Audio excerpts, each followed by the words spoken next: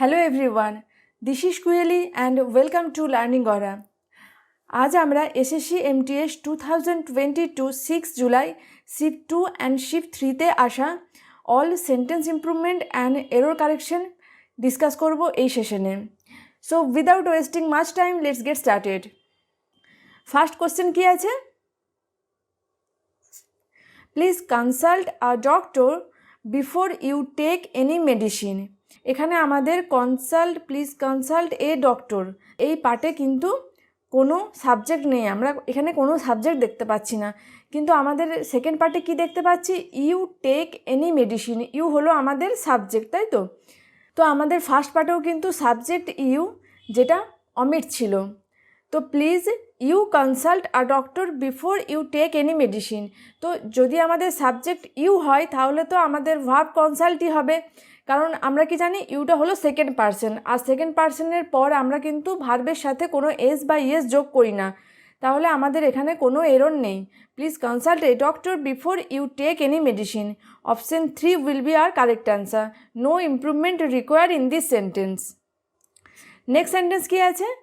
People sometimes ask me why carbon dioxide is important for the climate. দেখো এখানে আমাদের subject কি আছে? People is a subject.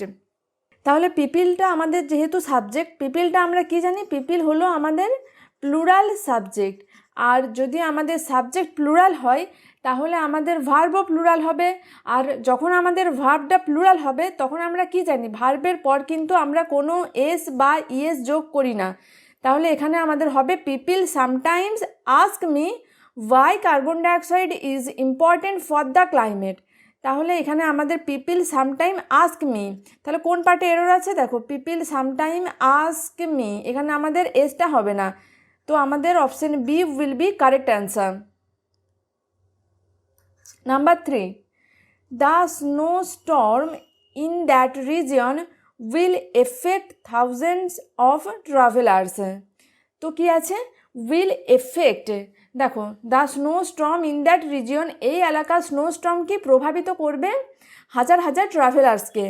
তো উইল এফেক্ট নয়, উইল কি হবে? Will affect thousand of travellers. দেখো এখানে আমরা কোথায় এফেক্ট ইউজ করব আর কোথায় এফেক্ট ইউজ করব?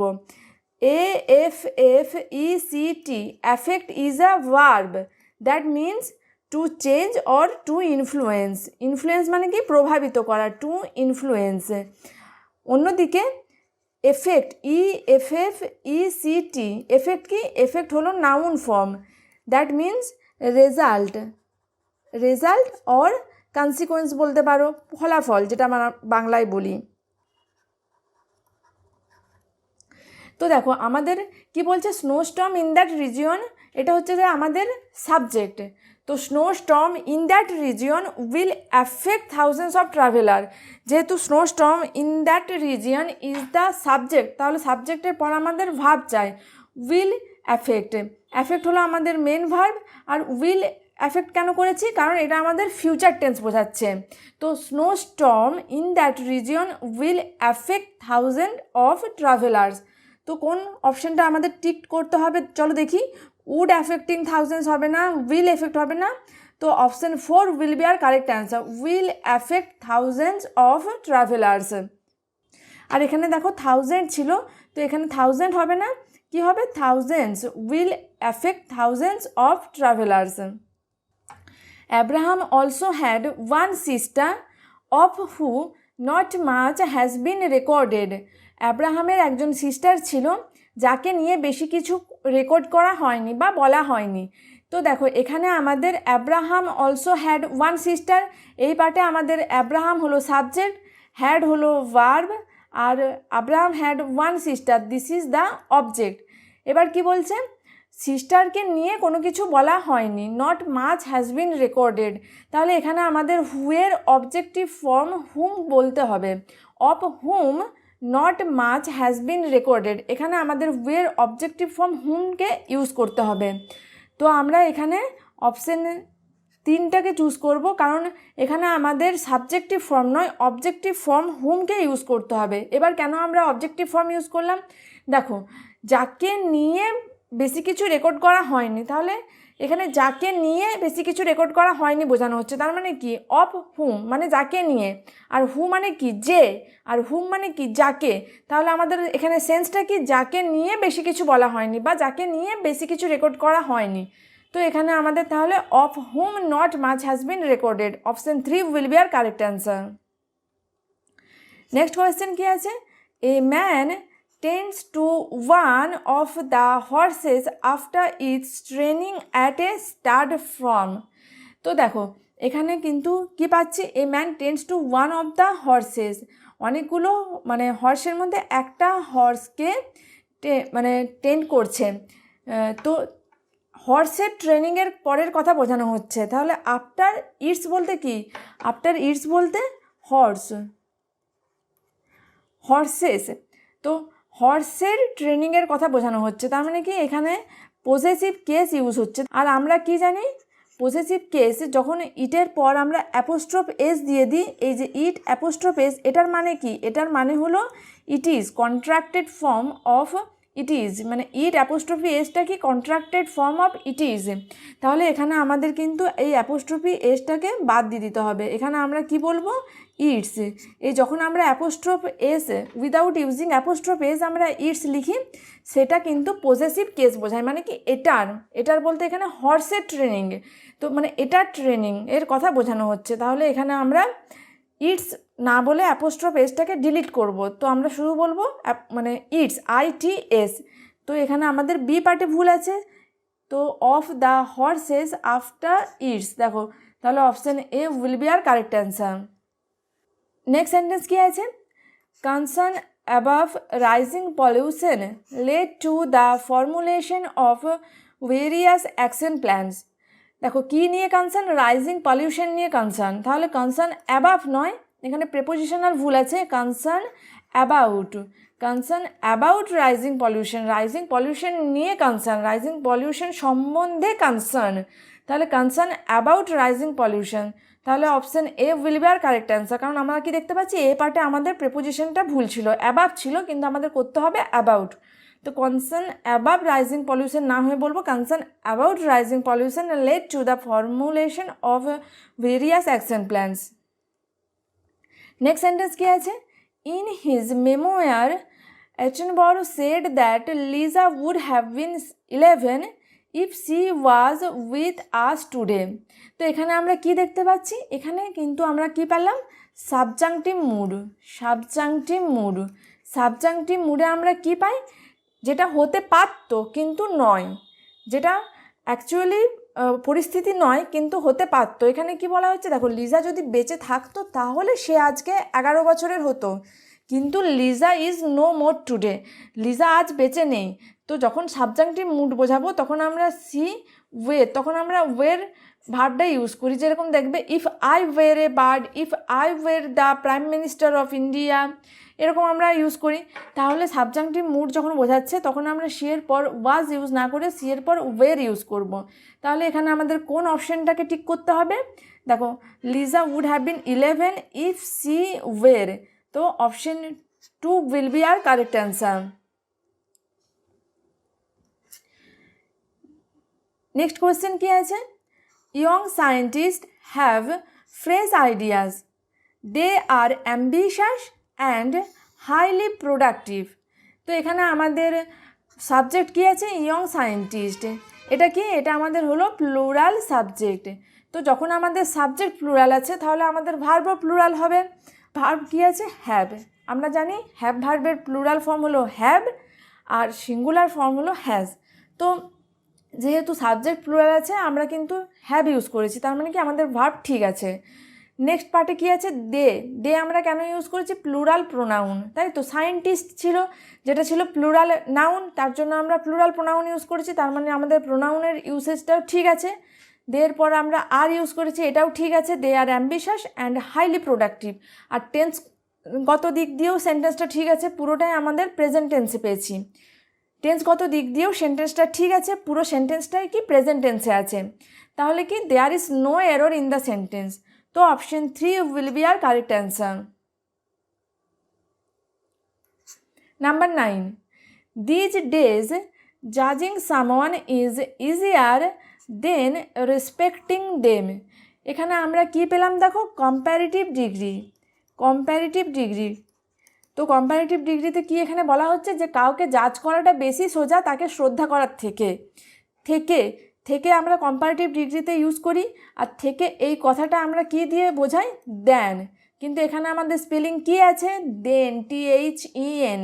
তাহলে এটা আমাদের কি, এখানে আমাদের এরর আছে, এটা আমাদের ইমপ্রুভ করতে হবে। কি বলতে হবে, জাজিং someone is easier than respecting them.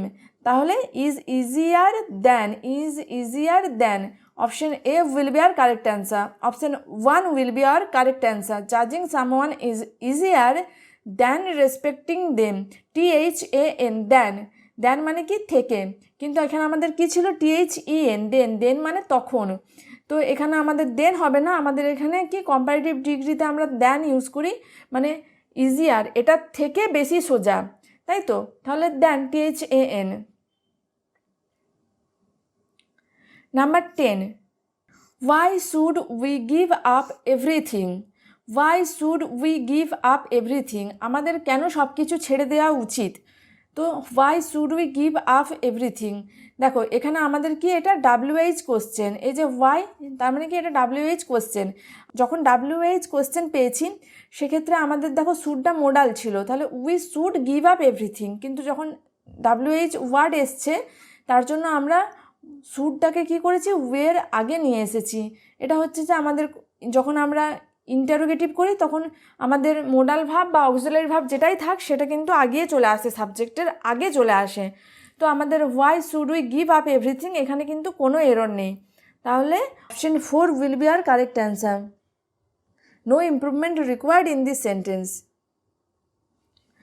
My company believes that no one should turn up late for work. দেখো টার্ন আপটা কিন্তু একটা খুব ইম্পর্টেন্ট ফ্রেজাল ভাব, যেটার মানে কি অ্যারাইভ, মানে কি বাংলায় বলি যদি হাজির হওয়া।